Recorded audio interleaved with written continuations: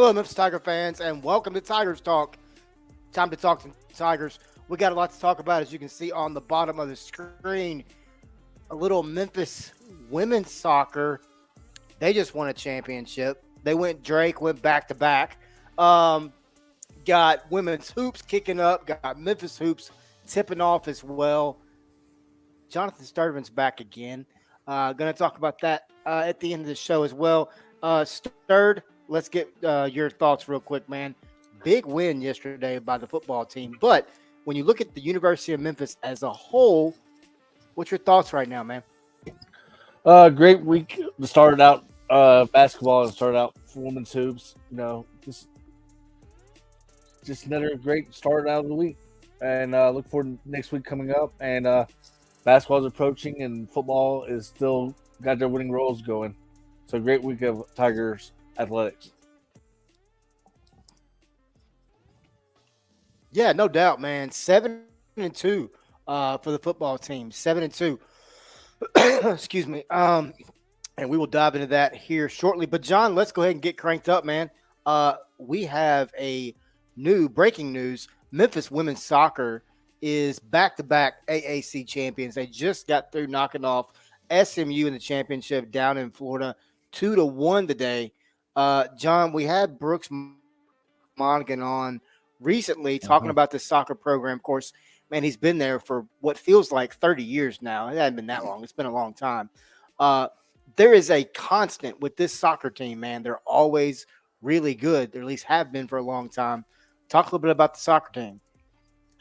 Like Brooks brought up, during your show, I gotta give him a lot of credit. Not only putting, like we talked about, but he's putting a decent non-conference schedule together as well to get these Lady Tigers, to get ready for that postseason. And I really love what Brooks is doing.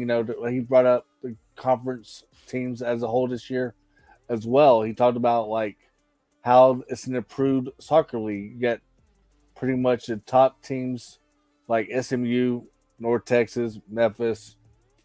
Heck, even Florida Atlantic's pretty decent year in, year out at times. But just talk about the women's soccer team. Yeah, a great year so far. Top 15 nationally.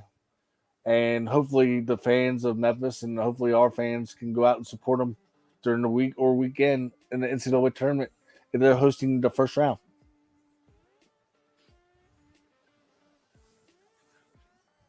Yeah, they ended up hosting first round, and it's kind of funny. They ended up being right here in Fayetteville, Arkansas, where I am now, to take on a really good Arkansas soccer team in the Elite Eight last year of the entire thing, man. Brooks Monaghan's got a nationally notified, nationally certified, nationally known soccer team right there in Memphis, and he's been doing it for 20-something years. Let's stick to soccer real quick, John. Just real quick, speaking of soccer, on the men's side of things, the men are taking on the South Florida Bulls tonight, as a matter of fact, in Memphis at home. They host the Bulls. The Tigers are number 4 seed in the tournament today. The Bulls come in at number 5. But John, can the Tigers ride the Bulls like the football team did yesterday on the soccer field? You never really know because, first of all, regarding the Brooks, he's done a great job recruiting for the women's soccer team as well. So year in, year out, he's done a great job recruiting. And to all your Arkansas fans out there that live in your neck of the woods west, Memphis got screwed in that last year game as well. Somebody was all sides, by the way, but, long story short for another day. Yeah, I think the men's soccer team definitely has a good chance because, one, they started the season off slow, and then middle of the year, they picked it up, toward the end, and they had like a 4 or 5 game winning streak at one time, I believe. So the home crowd is for us. The cooler temperatures might be in our favor a little bit, so you really never tell how somebody can control the weather point of view. But men's soccer, is totally different than women's soccer. I think this game could be like a low scoring game, maybe like a 1-0 game where anybody can score pretty late in the second half in this one because they're evenly matched on paper.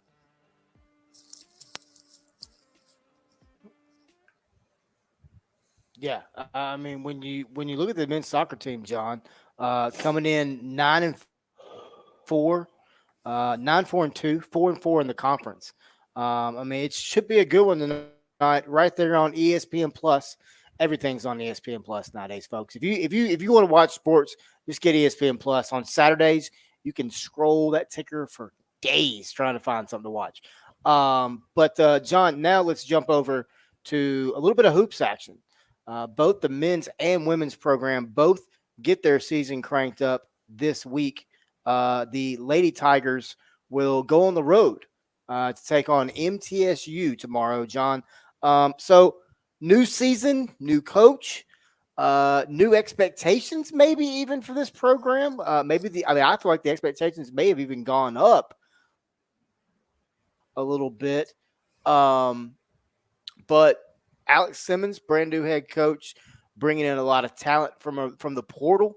But John, talk a little bit about this women's basketball program, a program that I feel like is one to keep an eye on this year.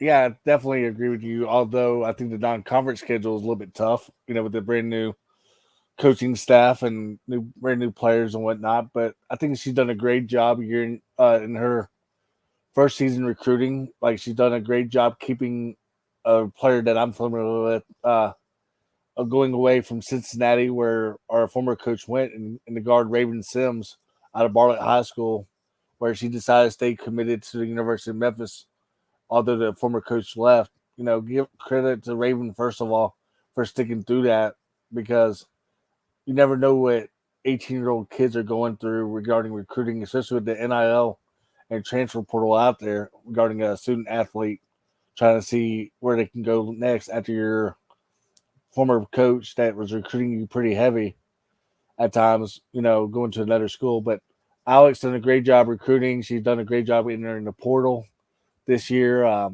think it's going to be kind of interesting because like you talked about in the opening, they play at MTSU tomorrow.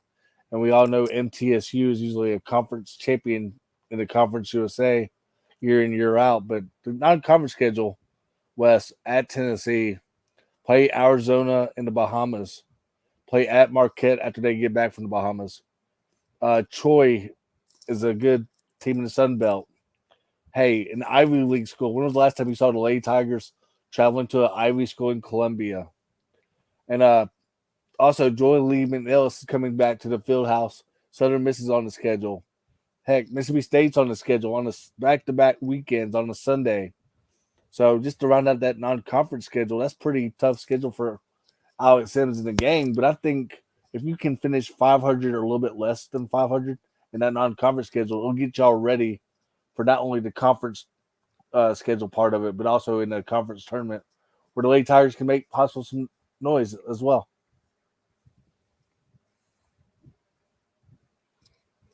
Yeah, John, you hit the nail right on the head, man. Their non-con schedule, Tennessee. I believe that don't they play South Carolina this year as well.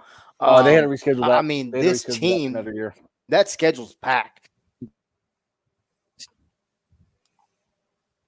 Okay. Well, I know at one time I think they were, but yeah, Tennessee. We actually broke that news way months ago on Twitter. We tweeted out, tagged both teams, did the Will Ferrell thinking face. Nobody really paid attention to it, and then months later, it's announced, and here we are. So it's not the first time that's happened, but yeah, man. John, I'm really excited to see what Alex Simmons can do. I love the team. I love the true freshman. You've got you just name one of them, John. Veterans are joined by five true freshmen: Allie Hollyfield, Jana Salmon, Nicole Thomas, Latazia Williamson, and then Raven Sims. Those five right there are going to be a foundation for Simmons and a foundation for this program Mm-hmm. that I think can continue to increase the talent that's on it. It all starts tomorrow night, traveling to MTSU, 7 p.m. tip off for that game. It's going to be right there on ESPN Plus, and it'll also be broadcasted on 98.1 The Max there locally. You got Tyler Springs will be on the call, local guy there in Memphis. So, but the Tigers come off a 22-11 season last year, but MTSU is coming off a 28-5 season, including a NCAA tournament berth. So it's going to be pretty exciting. Now, John, Not the I think. only game tipping off tomorrow night. Can I say this also? I think Memphis and Middle Go ahead. Tennessee and women's basketball should play every year. To be honest with you, Sure. because not only because Middle Tennessee, like we talked about, is a tournament team year in year out, and it definitely helps your recruiting also in the process because whenever Alex can go to Middle Tennessee and get some recruiting going while she's there also because she can go look at practices because I'm not bashing our West Tennessee team by no chance, but we know for women's basketball for the high school point of view, Right. Middle Tennessee is one of the top in the state as well, other than West Tennessee. Because when you got a team like Blackman, Oakland, Riverdale, and etc., bringing in players left and right, for the talent wise, Alex can also go do some recruiting while she's in the Murfreesboro area as well and help her out, in the long run because I think that game should definitely be on the schedule.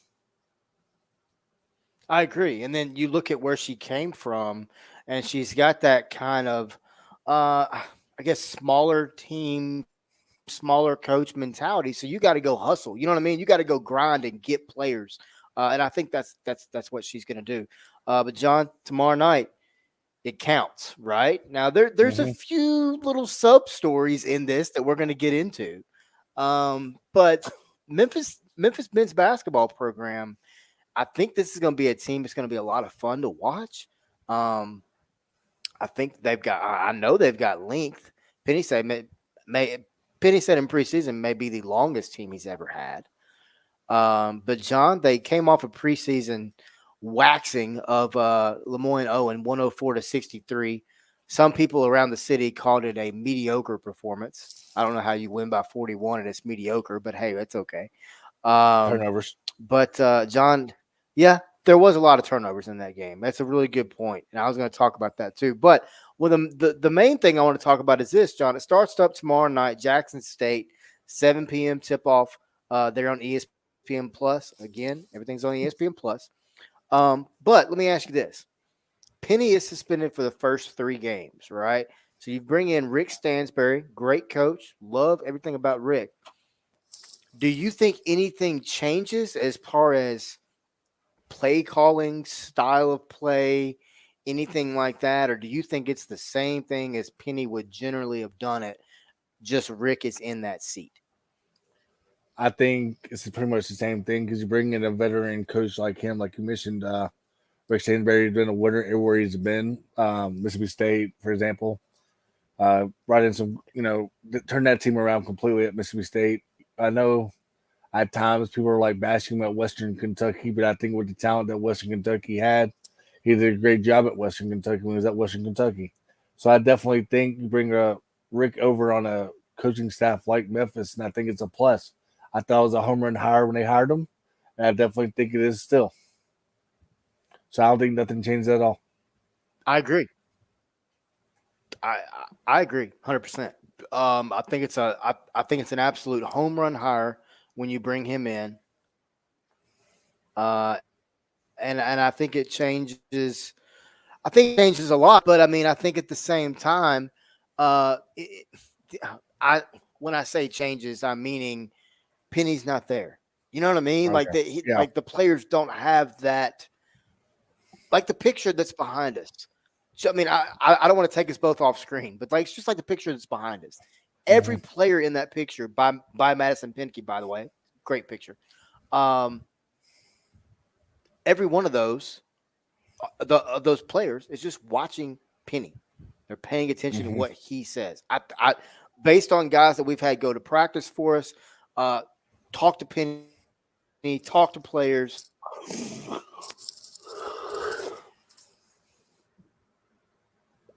I've noticed Rick's the same way. It's not a drop off. You know what I mean?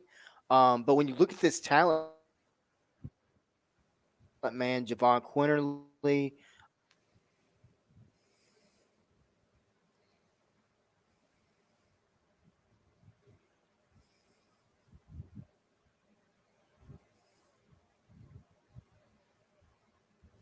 I mean, we can go. Is Malco? Can he be the beast that we need him to be? him to be to make a run? Because as you know, John, come deep in the play to make plays for you. So can Malco do that for Memphis? I'll be happy with the Malco that averages 8 points a game and 7 rebounds, or even 10 rebounds, as well. I'd just be happy if we can just rebound the ball That's and what I just rebound the ball and get like 8 to 10 points for you, and maybe like 3 or 4 blocks for you a game. I'll be happy with that because I don't I think David know. Jones. I I think mean, can Malcolm be a guy that Memphis needs him to be? I hope so. Like I said, David Jones coming over, I think will probably help Malcolm in the long run because maybe I'm not saying from experience point of view, but Yes, I'm talking John. about. When you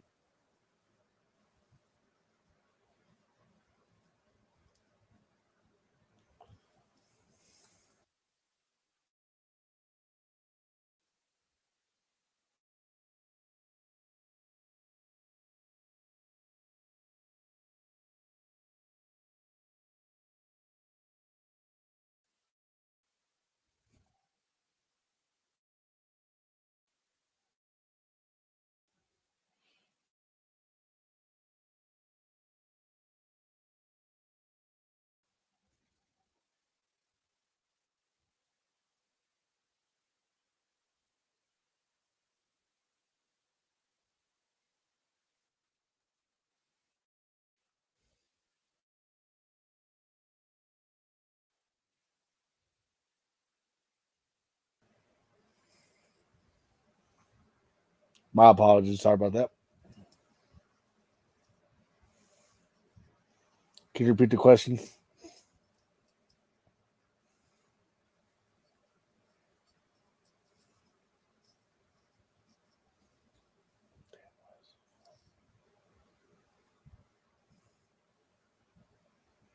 yeah. Well, let me all right, so let me ask you this. When you look at this team, right? Hmm. The Tigers shot 59%. Well, we just lost John. The Tigers shot 59% in the last game. So I'm going to continue to be able to shoot that way. Walton scored 13, 7 rebounds. Nick Jordan played really well as well, 12 points. Got John back on here now. Um,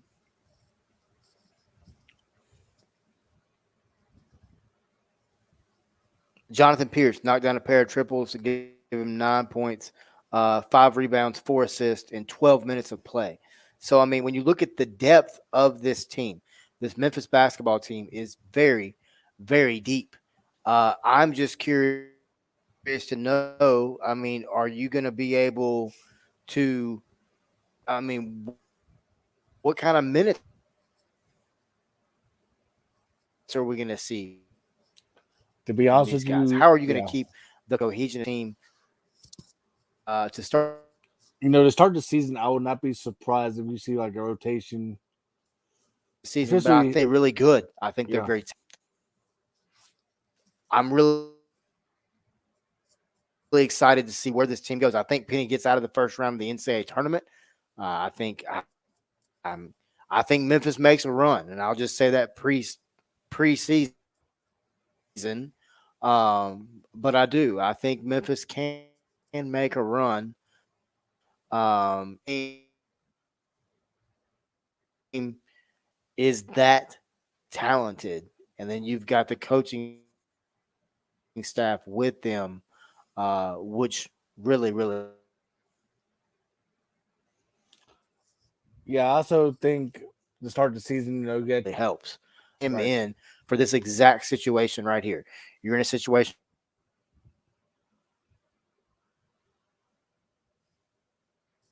Yeah, the where non-conference Penny can't schedule. coach because of Right. something happening, suspension. We all know what happened, why the suspension is in place. You bring in Rick. That's what Larry was there for.